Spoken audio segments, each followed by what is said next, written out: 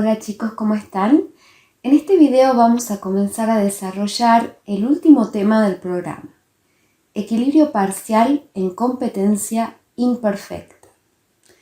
En el tema 6 decíamos que el modelo de competencia perfecta representa un mercado ideal que describe un sistema de precios eficiente porque uno de sus supuestos más importantes es que tanto demandantes como oferentes son precios aceptantes. Es decir, los precios se consideran como parámetros fijos en las decisiones de los agentes. Una de las razones por las cuales falla el mercado de competencia perfecta es por la existencia de poderes de mercado. El poder de mercado se refiere a la capacidad del vendedor o del comprador para fijar o influir en el precio de un bien. Los mercados en los cuales son las empresas quienes tienen una influencia sobre el precio son el monopolio, el oligopolio y la competencia monopolística. Mientras que en el mercado en el cual es el comprador quien tiene influencia sobre el precio, es el monopsonio. En este tema nos centraremos en la formación o fijación de precios por parte de los vendedores y veremos monopsonio en microeconomía 2. En este video en particular estudiaremos el monopolio, cuáles son su concepto y características, el equilibrio de corto y largo plazo y finalmente realizaremos una comparación con el mercado de competencia perfecta. El monopolio es una estructura de mercado que se caracteriza por la existencia de un solo vendedor. Otra característica relevante es que el monopolista tiene poder de mercado, lo que en el caso más simple se manifiesta en que fijará un precio más alto y asociado al mismo obtendrá una producción menor que en el caso de competencia perfecta. Esto da lugar a una cierta ineficiencia asignativa o costo social que constituye la base de la discusión sobre la conveniencia de regular a los monopolios para conseguir resultados competitivos. Sin embargo, esto no es sencillo. En los monopolios naturales, un precio igual al costo marginal implicaría que su actividad no fuera viable. Por otro lado, cuando un monopolista vende un bien duradero, carecerá de poder de mercado en ausencia de medidas complementarias. Por último, cuando es factible, puede cobrar precios distintos por el mismo bien. Este tipo de prácticas responden a la búsqueda de máximos beneficios, pero sus efectos sobre el bienestar es complejo, dado que en algunos casos reducen la ineficiencia asignativa. Decíamos que el monopolio es una estructura de mercado que se caracteriza por la existencia de un solo vendedor de un determinado bien que no tiene sustitutos. Las razones por las que existen los monopolios es que a las demás empresas no les resulta rentable este mercado o les resulta imposible entrar en él. Las barreras a la entrada son la fuente de todo poder en el monopolio y existen dos grandes tipos de barreras. Una de las principales barreras son las tecnológicas. Si la producción de una empresa se caracteriza por rendimientos crecientes, es decir, tiene curvas de costo medio y costo marginal decrecientes para un gran intervalo de niveles de producción, su tecnología productiva es tal que una sola empresa con un gran tamaño es una productora de bajo costo. Este es el caso del monopolio natural. Cuando un monopolista tiene el conocimiento específico de una técnica productiva de bajo costo o la propiedad de recursos exclusivos como depósitos de minerales o determinadas tierras o tiene la posesión de talentos directivos exclusivos, a otras empresas les resulta muy difícil entrar en este mercado porque para lograrlo deberían producir con niveles de producción reducidos y costos altos. Esto conduce a que solamente sea rentable que haya una sola empresa en la industria. Otras veces, los monopolios se crean por la propia legislación estatal. Los monopolios concedidos por el gobierno se originan con la intención de proteger e impulsar una técnica productiva o una innovación tecnológica como el desarrollo de nuevos productos o sistemas de producción más eficaces mediante una patente. Por ejemplo, los casos de las máquinas fotocopiadoras Xerox y las cámaras fotográficas Polaroid. Una patente concede a su titular el derecho a beneficiarse en exclusiva de todos los intercambios en los que intervenga un invento. La mayoría de los inventos son el resultado de grandes esfuerzos y gastos en investigación y desarrollo. Si una empresa no puede vender su producto a un precio elevado para recuperar esos gastos, no tendría una razón económica para dedicarse a la investigación y al desarrollo. Entonces, sin una patente, la competencia presionaría a la baja del precio y el ritmo de innovación disminuiría. La protección de una patente le brinda a la empresa la posibilidad de recuperar sus costos de innovación y además, sin una legislación que protegiera a las patentes, la lógica llevaría a no emplear ningún recurso a la investigación y esto sería perjudicial para todos, ya que se frenaría el progreso técnico y el crecimiento económico. Una innovación protegida por una patente concede a la empresa una situación de monopolio temporal. Sin embargo, esto no necesariamente significa que en el mercado exista un monopolio, ya que en muchas ocasiones eventualmente se comparte dicha innovación con otras empresas a cambio de una contraprestación monetaria. La legislación estatal también da lugar a la existencia de compañías nacionales. Un ejemplo de una compañía nacional es YPF. YPF genera energía a través del desarrollo y la producción del gas, del petróleo convencional y no convencional y de fuentes renovables como el viento, el sol, la tierra y el agua. Esta compañía es la protagonista en la producción de hidrocarburos no convencionales en Latinoamérica y la mayor productora de petróleo no convencional en Argentina. Le siguen Vista Oil and Gas, Shell Argentina, Pan American Energy y Plus Petrol. Por otro lado, el Estado también puede otorgar licencias o concesiones de franquicias exclusivas para que una sola empresa se instale en una determinada área y pueda atender a un determinado mercado. Este es el caso de servicios públicos como el gas, la electricidad y el agua. Las fases productivas de todo servicio son la producción, el transporte y la distribución. Gasnor y Edesa solo serían monopolistas en la distribución. Gasnor es una de las 9 empresas de distribución de gas natural en Argentina. Se encuentra en Tucumán, Salta, Santiago del Estero y Jujuy. Mientras que Edesa es una empresa que tiene a su cargo la concesión del servicio de distribución y comercialización de energía eléctrica con exclusividad zonal en el territorio de la provincia de Salta.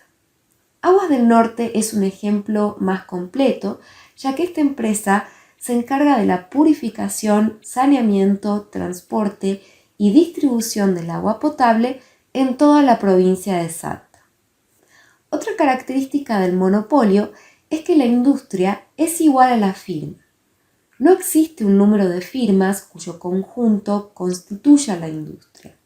Es el único oferente que existe, por lo que no tiene competidores. Produce un bien que no tiene sustitutos próximos y debido a ello enfrenta toda la demanda de mercado. Y esta demanda no es perfectamente elástica, sino que es lineal con pendiente negativa. Un monopolio puede elegir fijar el precio o la cantidad del mercado, pero no ambas conjuntamente. Si elige la cantidad, el precio es determinado por la curva de demanda, mientras que si elige el precio, la cantidad queda determinada por la curva de demanda. Por lo general, supondremos que los monopolios eligen la cantidad de producto que maximiza sus beneficios. Es decir, el monopolio decidirá producir aquella cantidad de X para la cual se cumpla que el ingreso marginal sea igual al costo marginal. Veamos la demostración matemática de esta condición de equilibrio. Al ser el monopolista un único vendedor, el equilibrio de la empresa será al mismo tiempo el equilibrio de la industria. Su objetivo es maximizar beneficios. La condición de primer orden para la maximización requiere que la primera derivada del beneficio con respecto a la cantidad sea igual a cero, y esto implica que el ingreso marginal debe ser igual al costo marginal.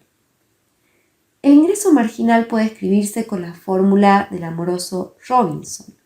Y habíamos visto que para una firma que opera en competencia perfecta, el precio es una variable exógena, ya que la firma toma el precio que viene del mercado como un dato y debido a ello el precio es igual al ingreso marginal, que como ya sabemos, esto equivale a una curva de demanda perfectamente elástica.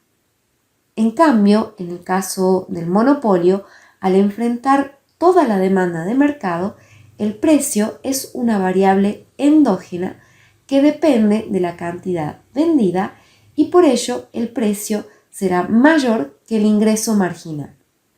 Se puede demostrar que el ingreso medio del monopolista, es decir, el ingreso total que percibe por unidad vendida, va a ser igual al precio, por lo tanto el ingreso medio también puede definirse como el precio que percibe por unidad vendida, no es más que la curva de demanda del mercado.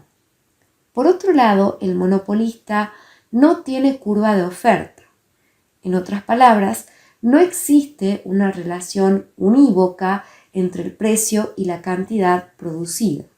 Y esto es así porque la decisión del monopolista depende del costo marginal y de la curva de demanda que enfrenta. De la condición de primer orden de la maximización de beneficios no se deduce una curva de oferta, dado que el monopolista no es precio aceptante. De esta condición se obtiene directamente la cantidad que ofrecerá en el equilibrio. La condición de segundo orden requiere que la segunda derivada del beneficio con respecto a la cantidad sea menor que cero para un máximo. El ingreso marginal es decreciente, por lo que esta derivada es menor que cero. Entonces, con este signo menos, para que la condición de segundo orden se cumpla, se requiere que esta derivada sea positiva, lo cual significa que el monopolista opera en el tramo creciente de su curva de costo marginal. Sin embargo, más adelante analizaremos otro caso en el cual, sin este requerimiento, la condición de segundo orden también se cumple. Este análisis matemático es válido tanto para el corto plazo como para el largo plazo. Solo debemos tener en cuenta que en el corto plazo existen tantos costos fijos como costos variables, mientras que en el largo plazo solo existen costos variables. Ahora veamos la determinación gráfica del equilibrio del monopolista en el corto plazo. En este gráfico ya tenemos representada la curva de demanda total por el bien X, el ingreso marginal correspondiente a esa curva de demanda y las curvas de costo marginal, costo medio y costo variable medio de corto plazo. Como el ingreso marginal es inferior al precio, irá por debajo de la curva de demanda. El monopolista intentará vender aquella cantidad que maximice sus beneficios o ganancias. Esta cantidad es aquella para la cual se cumple que el ingreso marginal es igual al costo marginal.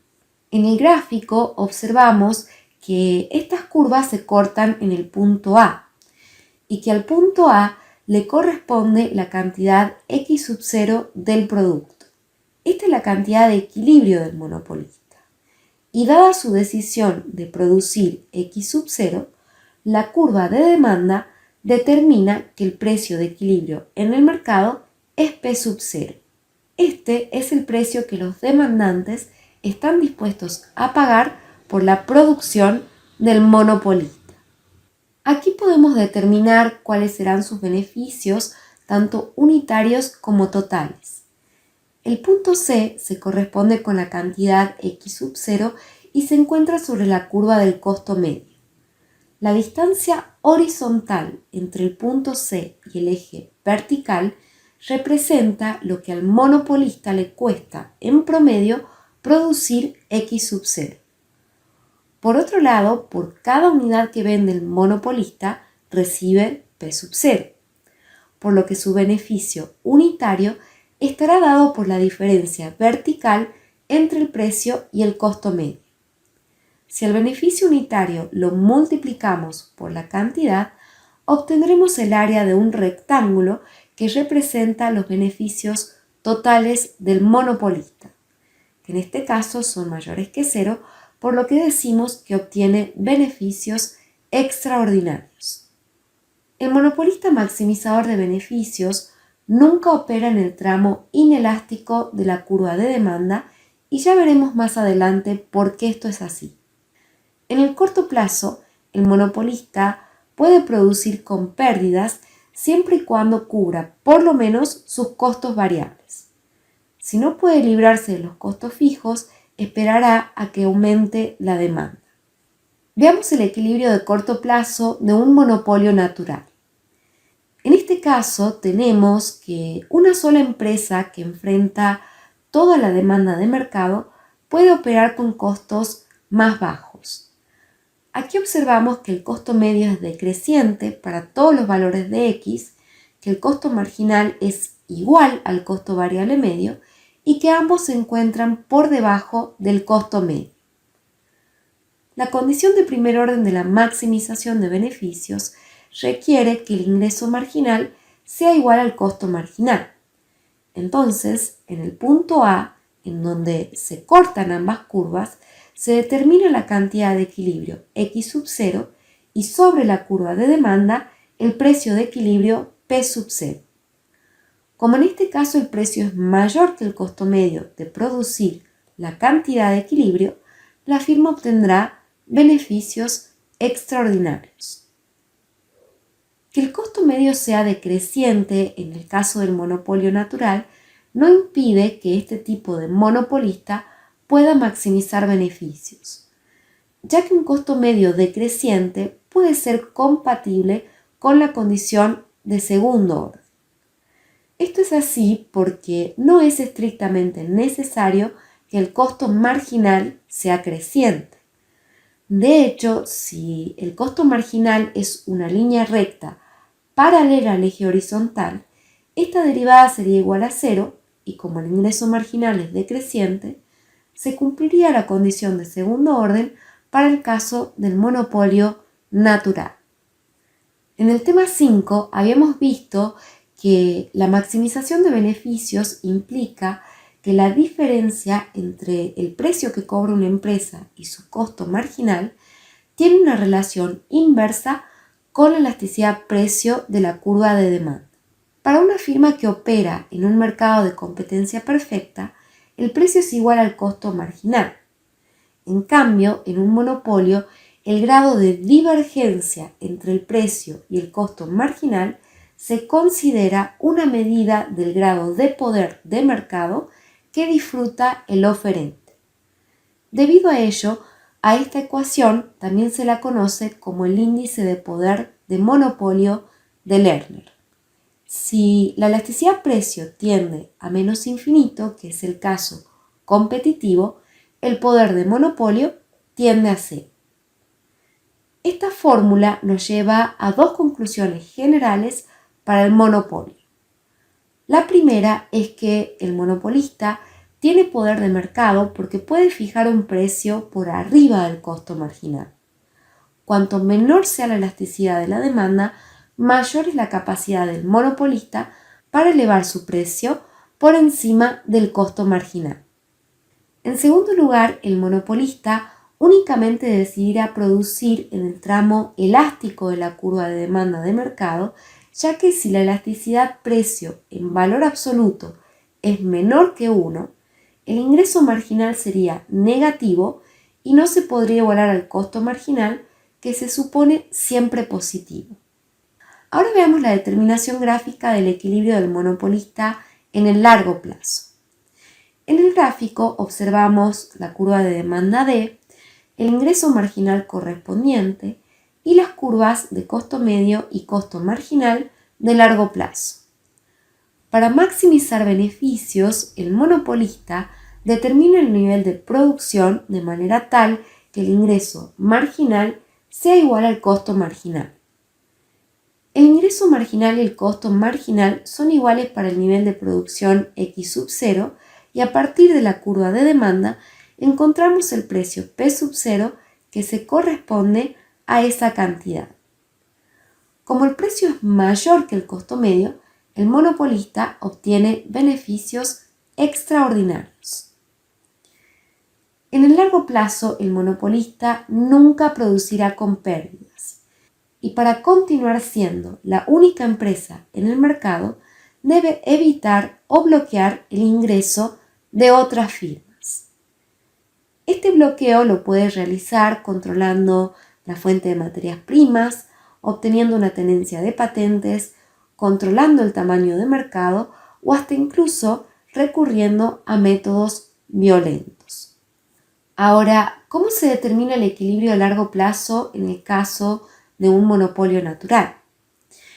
En el largo plazo, el monopolista natural tiene rendimientos crecientes a escala y por ello sus curvas de costo medio y costo marginal son decrecientes y el costo medio está por arriba del costo marginal. La condición de primer orden de la maximización de beneficios requiere que el ingreso marginal sea igual al costo marginal. Entonces, en el punto A, en donde se cortan ambas curvas, se determina la cantidad de equilibrio X sub 0 y sobre la curva de demanda el precio de equilibrio P sub 0. Como en este caso el precio es mayor que el costo medio de producir la cantidad de equilibrio, la firma obtendrá beneficios extraordinarios. Que el costo marginal sea decreciente en el largo plazo para el caso del monopolio natural no impide que este tipo de monopolista pueda maximizar sus beneficios, ya que, aunque estas derivadas sean negativas, realizando un pasaje de términos podemos demostrar que la condición de segundo orden también se va a cumplir si el ritmo de decrecimiento del ingreso marginal es menor que el ritmo de decrecimiento del costo marginal. Bien, en esta diapositiva ya se encuentran por escrito algunas de las características del monopolio que hemos ido mencionando a lo largo del video, así que la voy a pasar más rápido y ahora vamos a ver cuáles son los efectos del monopolio sobre la asignación. La existencia de un monopolio puede distorsionar la eficiencia que se observa en el sistema de precios de la competencia perfecta. El monopolio tiene un efecto restrictivo sobre la cantidad. Se puede cuantificar la ineficiencia asignativa del monopolio, denominado costo social, por medio de comparar la cantidad y el precio de equilibrio del monopolio con los que existirían si ese mercado fuera de competencia perfecta. Como en el monopolio la industria es igual a la firma, el análisis tenemos que hacerlo al nivel de la industria. Entonces, para hacer posible la comparación, supongamos que la suma horizontal de las ofertas individuales de todas las firmas que operan en un mercado de competencia perfecta es igual a la curva del costo marginal del monopolista. En el gráfico tenemos la curva de demanda D y la curva O, que sería la curva de oferta en el caso de competencia perfecta, y la curva de costo marginal del monopolista. En competencia perfecta, el equilibrio de mercado se encontraría donde la oferta es igual a la demanda, en el punto B, con un precio y una cantidad asociada P sub 0 y X sub 0. Mientras que en el monopolio, el equilibrio se encontraría donde el ingreso marginal es igual al costo marginal en el punto C, con una cantidad producida X sub M y un precio P sub 1. Como se observa, en monopolio la cantidad producida es menor y el precio es mayor que en el caso de competencia perfecta. Por otro lado, los beneficios serán mayores en el caso del monopolio. En competencia perfecta los beneficios son nulos en el largo plazo debido a la entrada de nuevas firmas. En el caso del monopolio esto no ocurre porque el monopolista preservará sus beneficios impidiendo la entrada de competidores.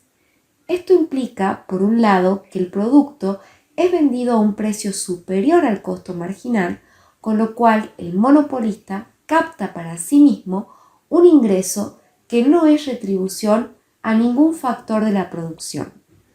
Y esto impone un costo a la sociedad, ya que es de esperar que empeore el bienestar de los consumidores. La menor cantidad y el mayor precio en el monopolio se traducen en una reducción del excedente de los consumidores dado por el área sombreada en verde. Sin embargo, no todo el trapezoide es una pérdida neta. La cantidad intercambiada será X sub M, que se vende a un precio P sub 1, por lo que el área del rectángulo se transfiere al monopolista como parte de sus beneficios. Pero el área del triángulo ABD representa una pérdida neta desde el punto de vista social al corresponderse con unidades que dejarían de consumirse por comparación con la competencia perfecta. Análogamente, por este mismo motivo, el excedente del productor se reducirá al área DBC, de manera tal que el costo social total del monopolio está representada por el área ABC. Otra fuente de ineficiencia que se considera son los gastos en propaganda y en la promoción de las ventas. El monopolista podría estar interesado en incurrir en estos gastos para agrandar su mercado, con lo cual su curva de demanda se desplazaría hacia arriba y hacia la derecha y obtendría mayores beneficios, pero el costo social sería mayor. El monopolista también puede tratar de que su nombre se pegue de tal manera al producto que ofrece en la mente de los consumidores que esto impida a otros vender un producto similar, dificultando la entrada de otras firmas. El caso del monopolio natural plantea un problema adicional. Para verlo, representaremos de nuevo su situación de equilibrio de largo plazo. La cantidad que producirá dada por la igualdad entre el costo marginal y el ingreso marginal será X sub 0 con un precio asociado P sub 0. Si el monopolista maximiza beneficios, obtiene beneficios extraordinarios.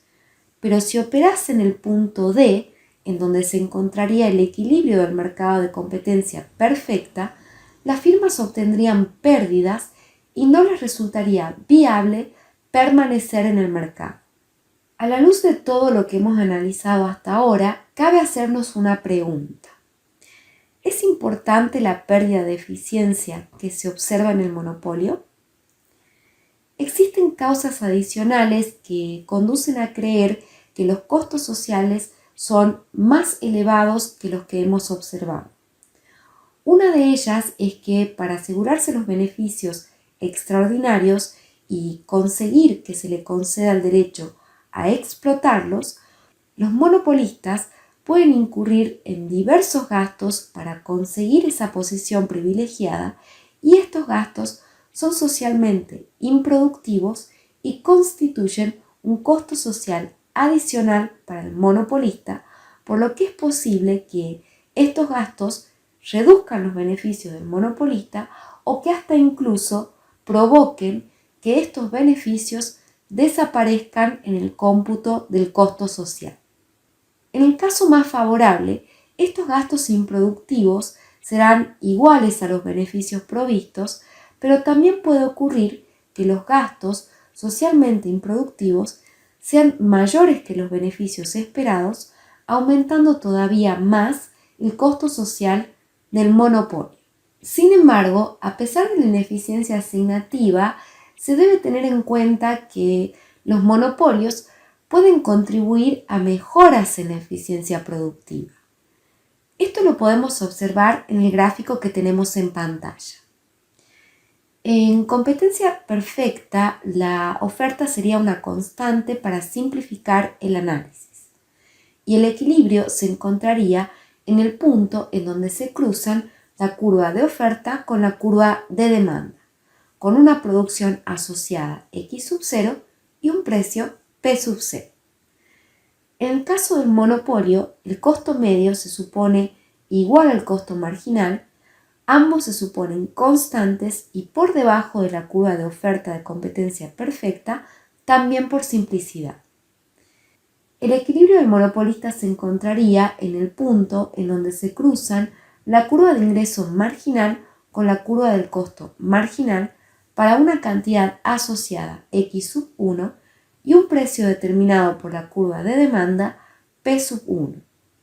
Desde el punto de vista social, la pérdida neta del excedente del consumidor sería el área del triángulo que tenemos en color amarillo, ya que el monopolista se apropiaría del resto del excedente al cobrar un precio mayor. Pero en este caso, también se observa que hay una reducción de los costos o una mejora en la eficiencia productiva, la cual está representada por la superficie del rectángulo que tenemos en color verde, y esto representa un beneficio desde el punto de vista social. El efecto neto social en este caso es positivo porque el área del rectángulo es mayor al área del triángulo.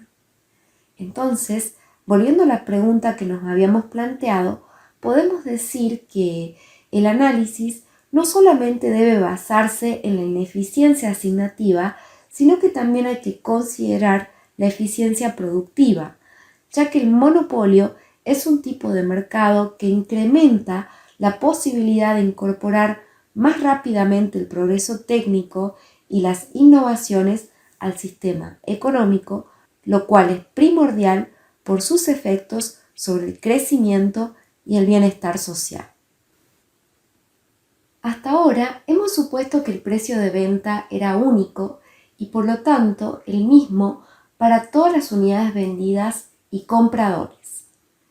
Un precio único tiene como contrapartida que el monopolista debe aceptar una reducción en el precio si decide aumentar la cantidad vendida o una reducción en su nivel de producción para obtener un precio más alto.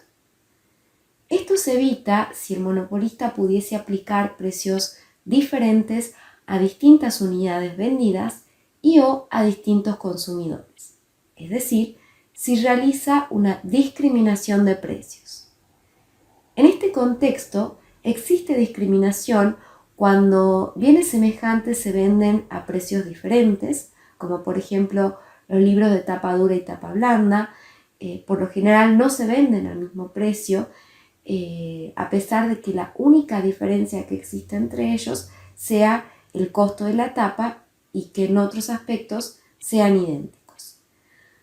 Para que exista la discriminación de precios, se requiere como condición necesaria la posibilidad de separar a los consumidores en mercados distintos y además evitar la reventa de las unidades compradas a distintos precios.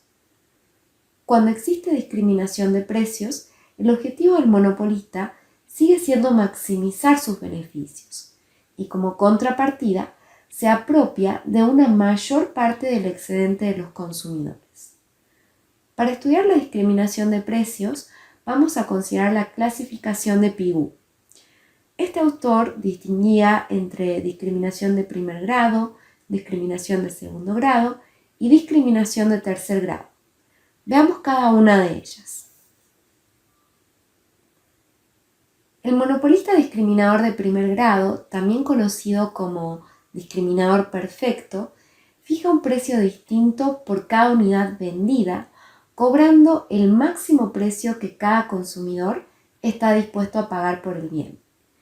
Este es el caso más sencillo, Cuando la discriminación es perfecta, la demanda es igual al ingreso marginal.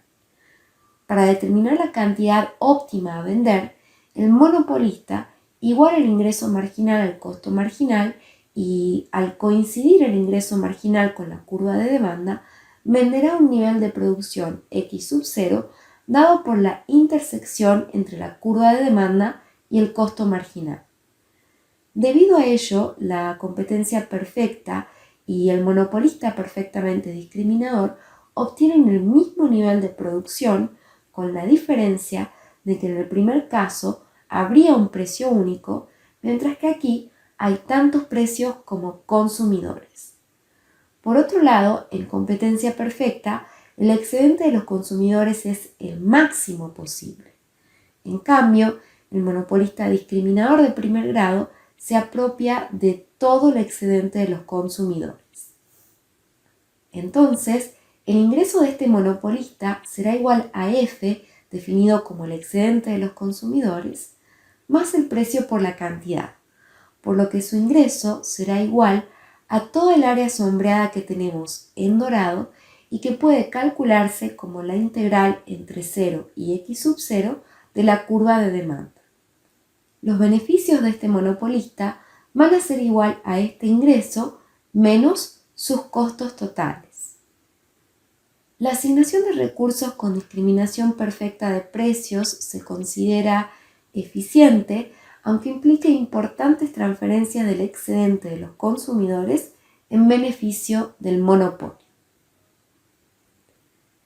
El monopolista discriminador de segundo grado fija la misma estructura de precios a todos los consumidores, aunque el precio que paga cada uno de ellos depende de la cantidad consumida, de forma tal que los precios asociados a las distintas unidades que puede comprar un consumidor difieren.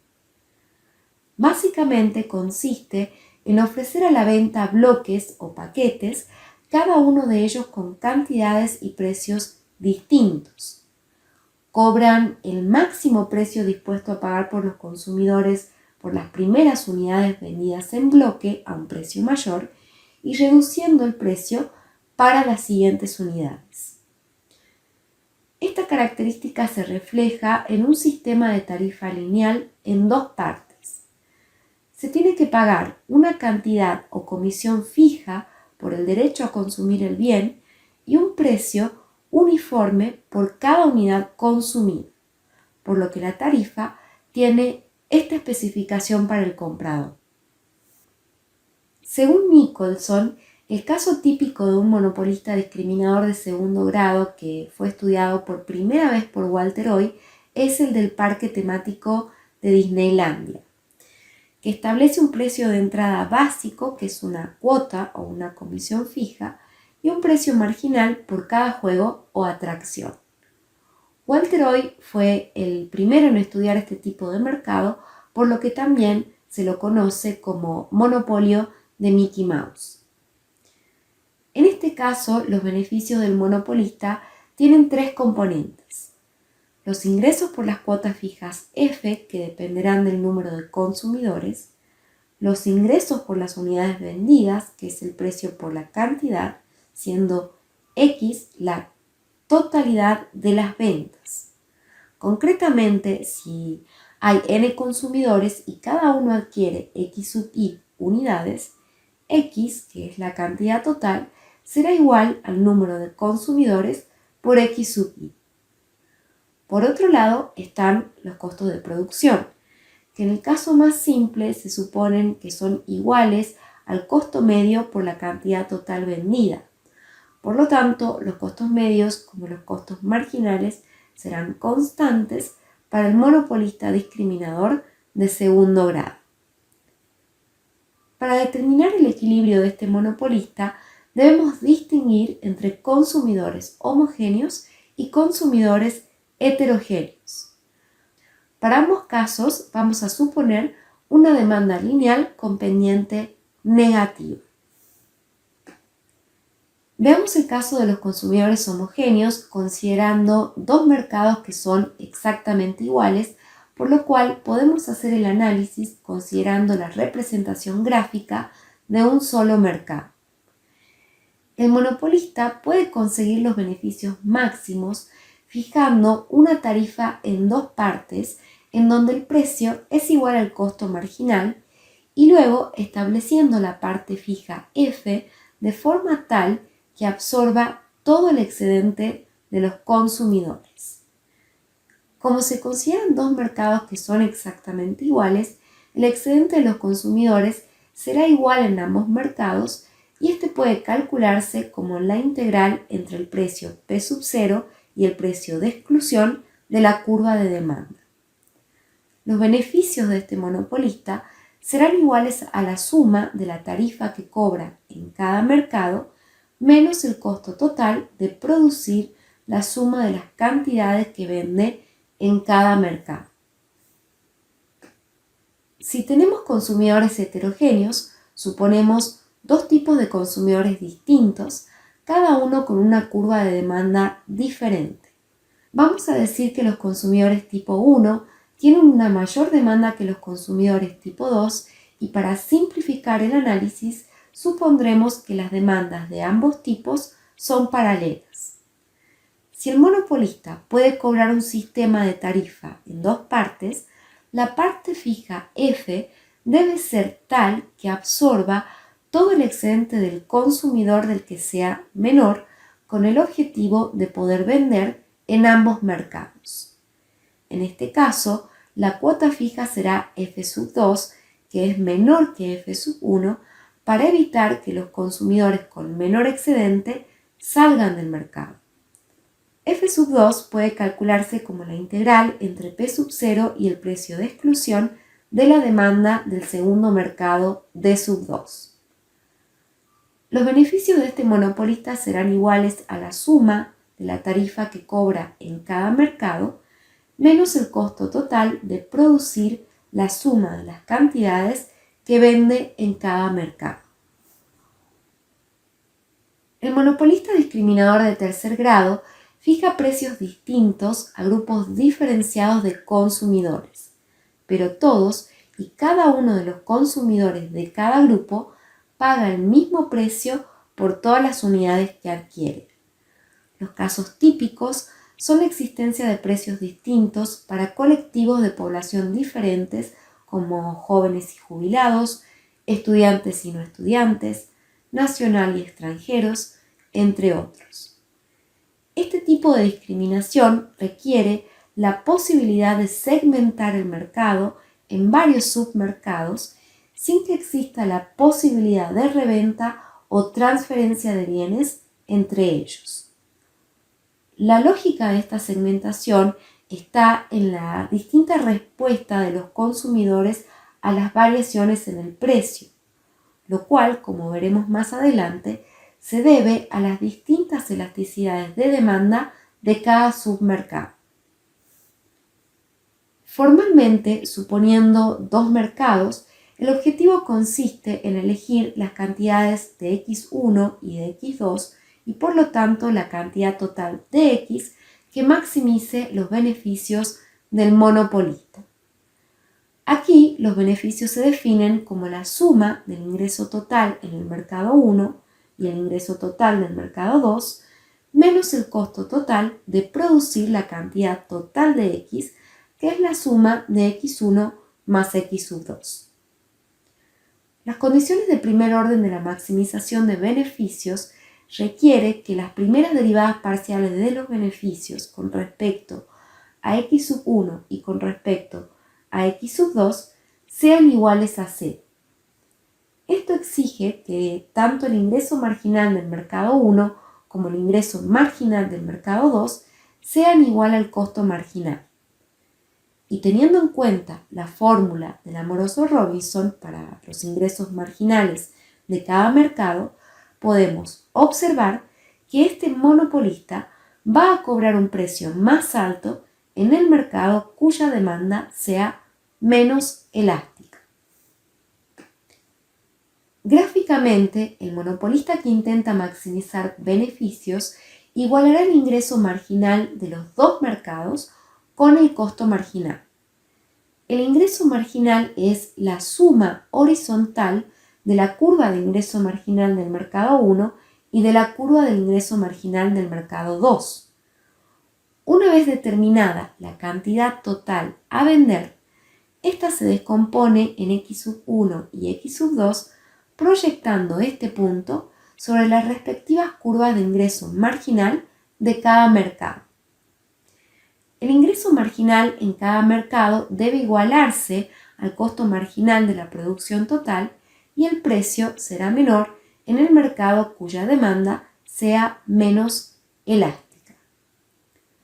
Las consecuencias en términos de bienestar de la discriminación de precios de tercer grado son un poco ambiguas. Respecto a la política de un único precio, la política de discriminación de precios exige que se aumente el precio en el mercado menos elástico y que se lo reduzca en el más elástico. Por lo tanto, los cambios tienen un efecto compensador en las pérdidas totales en términos de asignación. Por lo general, la discriminación de precios es socialmente aceptable y produce un efecto positivo sobre el bienestar asociado al incremento del nivel de producción. Bien, habíamos visto que el poder de mercado del monopolio puede conducir a una ineficiencia asignativa al utilizar menos recursos de los que serían socialmente deseables. El evitar estas distorsiones en la economía constituye la justificación de la intervención del gobierno para regular los monopolios. Esto se consigue con medidas para limitar los abusos de poder. En este contexto, la eficiencia exige que el nivel de producción sea el propio de una industria competitiva. Pero esto no siempre es posible y el monopolista, sin ningún tipo de regulación, elegiría una cantidad menor y la vendería a un precio mayor. Existen formas de evitar total o parcialmente los efectos del monopolio sin eliminar el monopolio mismo.